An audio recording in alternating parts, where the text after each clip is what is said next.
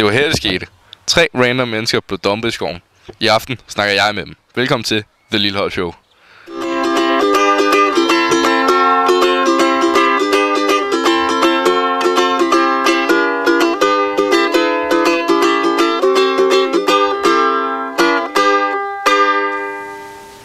Velkommen til The Lillehold Show. Jeg er jeres vært, Mathias Lillehold.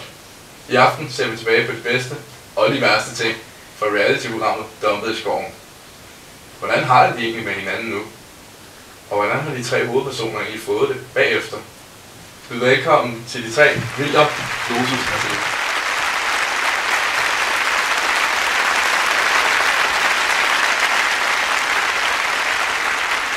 Velkommen til alle 3. Det er jo lang tid siden vi sidst har set jer i tv.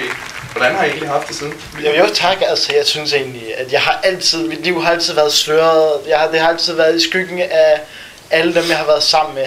Men jeg synes efter det her show, jeg har ligesom fået ny appetit på livet. Jeg begyndte at date igen. Ja. Og Lotus? Jamen jeg opdagede jo min passion for svampe, da vi var derude. Så jeg har bare samlet en hel masse svampe og begyndt at skrive en kogebog. Spændende. Svamperetter. Og Cæsar? Ja, jeg synes det har været super sweet at komme tilbage til the real world. Fået pedikyre, nye sko og en hel masse shopping. Det har bare været dejligt. Ja, det lyder også skønt. Men jeg tror det er på tide, vi ser det første klip.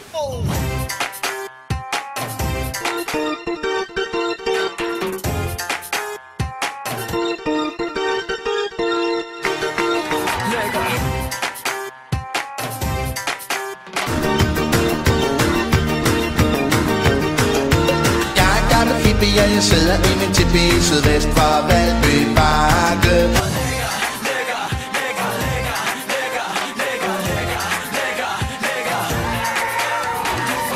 Og William, du kom jo faktisk for sent. Ja, nu kommer jeg, de ser jeg i når. Hvad kan jeg betjene herskerfærgene med? Ja, jeg kommer jo. Hvad tænkte I så egentlig bare, da I blev dumpet i skoven og stod der helt alene med jeres bagage? Jamen altså, jeg synes det var en rigtig god idé, I har fået der til et program. For så kunne vi komme ud i naturen og knytte bånd til nogle nye mennesker. Og bare mærke naturen. Ja, hvad med dig til det? Alt for meget frisk luft. Der lugtede, mine sko blev beskidte, min taske ville ikke køre. Det var bare dårligt. Dårlig oplevelse.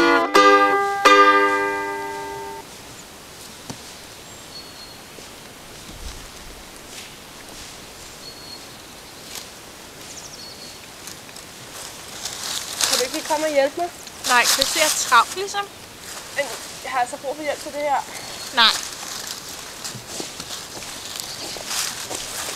Ja, det var virkelig fantastisk. Ja, mange tak for det. Det var rigtig godt.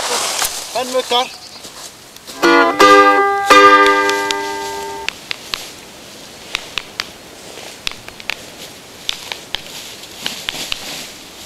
Hey, hvad er det egentlig, du laver? Altså, det er noget mærkeligt noget. Hvad mener du? Ja, det der med, at du står 2 pinde mod hinanden. Gør det da. Ej, prøv lige at være stille. Prøv bare at sætte jer ned her og bare lytte til naturen.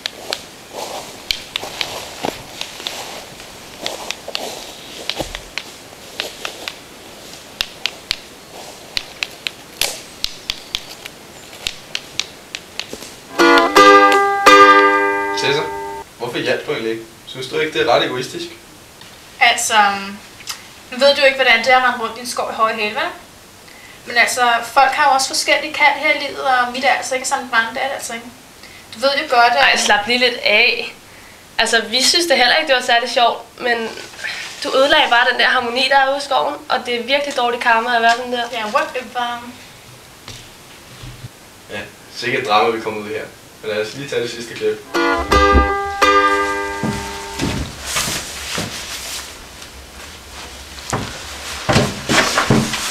Det er sidste gang. Det er aldrig nogensinde mere. Altså, jeg gider ikke at finde mig i det her mere. Jeg sidder fandme og betjener hele flok. Altså, Tessa laver ingenting. Hun har ikke rørt en finger, siden vi kom herover. Hun sidder hele tiden med sine fine sko og taske og er rigtig fine. Altså, det er fandme mig, der henter brændet. Det er mig, der tænder bålet. Altså, jeg gider eddermand det sidste. Aldrig nogensinde mere. Det er slut.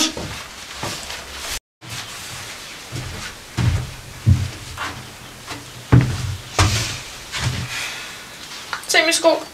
De var helt nye, når de bare ødelagte. Men de andre, de forstår det bare overhovedet ikke. William han render rundt ude i skoven og samler grene og tror han er så sej. Og Lotus, hun sidder bare og mediterer og samler svampe hele tiden. Der er ingen, der tænker på mine nye sko. Jeg ved ikke, hvad jeg skal gøre. Jeg er bare hjem. Jeg bliver hjem nu. Jeg går hjem.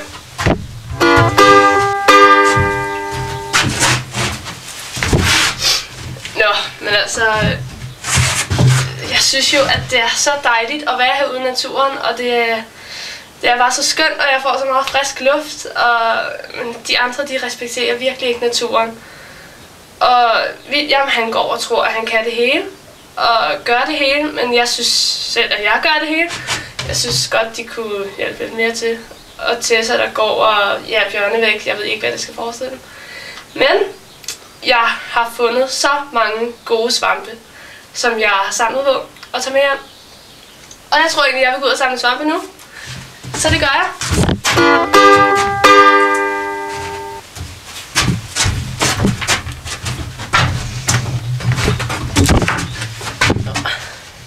Ja, vi vil gerne snakke om William. Han er altså rigtig ikke en mand. Det er han altså ikke. Han har så dårlig karma. Ja. Jeg har aldrig oplevet noget lignende. Jamen, jeg ved ikke, hvad jeg skal sige. Han er bare, altså... Jeg har bare brug for sådan en rigtig mand. Og han render bare rundt og femser hele tiden. Ikke bruge det til noget. Nej. Jeg ved ikke, hvad vi skal gøre. Vi må få manden frem i ham.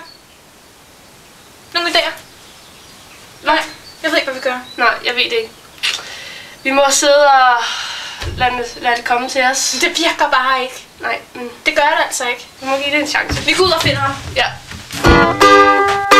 Ja, sikkert nogle afsløringer, men Du sætter bagtaler med din...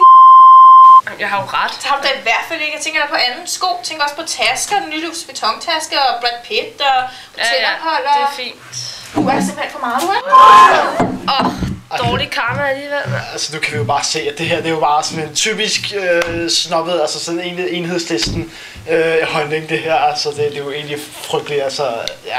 Altså, egentlig... det tror jeg må være alt for jer. Altså, jeg vil sige, at det er egentlig... Altså, prøv at se, altså, hvis vi nu prøver at sammenligne med de konservative værdier, så kan vi jo se, at det aldrig nogensinde vil være sket. Hold nu kæft for helvede!